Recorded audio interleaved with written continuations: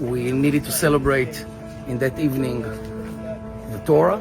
If anybody forgets it, show them. Show them. That's what you're here for. Thank you, guys.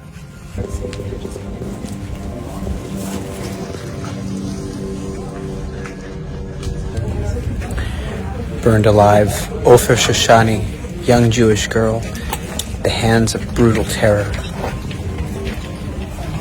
The terrorists probably knew where's the armory and they waited them here, okay? And Aviv Haram, who was also serving with me when I was when I was playing soldier, he got shot when he got out of the armory and he died in the tree there. He texted his wife, I'm injured, they shot me, you need to bring help. And unfortunately no one could rescue him and he died beneath that Were they tree. military people or civilians and members of the Kibbutz? They are all civilians members of the These are kibbutz. pioneers' places. I mean, just look, this is how it was years ago. You can see behind me, the sukkah is still up. This happened 6:30 in the morning on October 7th. And although death and destruction is behind me over here now, you can see here, you can feel a little sense of tranquility and peace. And you see the remains of a sukkah that never got taken down this year. Still up, because there was nobody to take it down. Let's pray that there'll be many to put sukkahs up next year, 2023 in the fall, 2024 in the fall. God bless you. Innocent people who are having a high holy day in their tabernacle, and to see their houses burnt, we're standing in the gap and saying, no more is that going to happen? And we're believing for new life to come. Jewish people are praying every day to Mechiyeh Hamatim, the God who resurrects the dead, and we're believing for a resurrection in this place of death. Kfar Aza, same thing in Be'eri, same thing in Nachal Oz, Nir Yitzchak, all the places that have been just decimated by a massacre. How can humans derive pleasure from such obscenities? How can they do that? I don't know. It's people that have been depraved in their spirit. They are essentially animals and zombies. And so what we're praying though is for victory of the light over darkness, for the darkness to scatter, and for there to be a new day dawning, even in this new year. So every body was booby trapped. A lot of the bodies, because they were trained so well to think when a mother's crying over her son, suddenly you pick them up and then it blows up. They both blow. So this is the way they thought it was a massacre, not a freedom fighting thing. And I think it was a massacre. How do you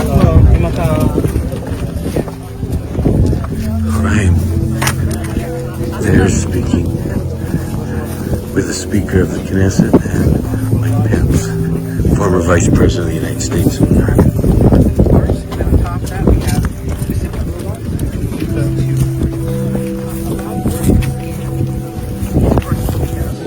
Being able to be here straight out of Gaza in the destruction here in Kfar Aza with Mike Pence and with Trey and many others, and being able to walk through this, it reminds us that at all costs we must not give up, we must not surrender, we must defeat the evil, and light will shine and scatter the darkness, and that is what the IDF will continue to do until all the hostages are returned and Gaza will never again pose a threat against the free world, not only Israel.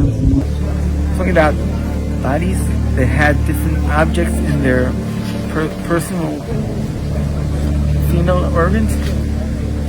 Talking about women that were half naked, leaning on their own beds, and they had a grenade, open live grenade in their hands. This is what I dealt with. The world has to understand what happened over here.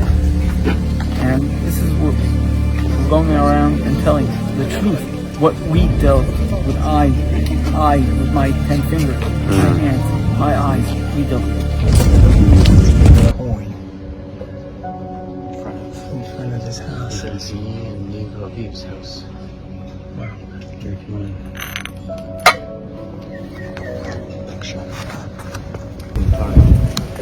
Thank you, Trey. Your initial reaction seeing this here in Kfar Aza? It's just heartbreaking.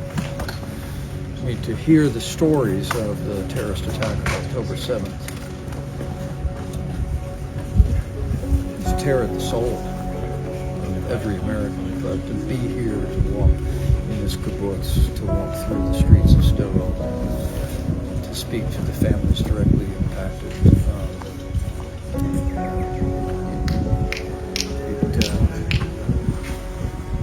just in every sense, it steals my determination to do my part, to be a voice for American support for Israel. It's absolutely essential that as the fighting continues in Gaza, that the United States send a clear and unambiguous message that we are with Israel today, we will be with Israel tomorrow, and we will stay with Israel every day until the threat of terrorism from Gaza and Hamas is ended once and for all. I want to talk about that. Right now, the Middle East is at a boiling point, and you saw a lot during your time as vice president and the steps that were taken under the administration. Just yesterday was the 4-year anniversary of the drone strike that took out Qasem Soleimani. When you look at the region today, what's your biggest concern? My biggest concern is based on my belief that weakness arouses evil. And from the Biden administration's disastrous withdrawal from Afghanistan to policies of capitulation towards Iran, I think we've been sending a message of weakness that has emboldened the enemies of freedom here in the Middle East, in Eastern Europe, and perhaps ultimately in the Asia Pacific. And I just think it's absolutely essential that America return to an unambiguous message of strength, and that we make it clear that we'll stay with Israel as they fight and defeat and crush Hamas.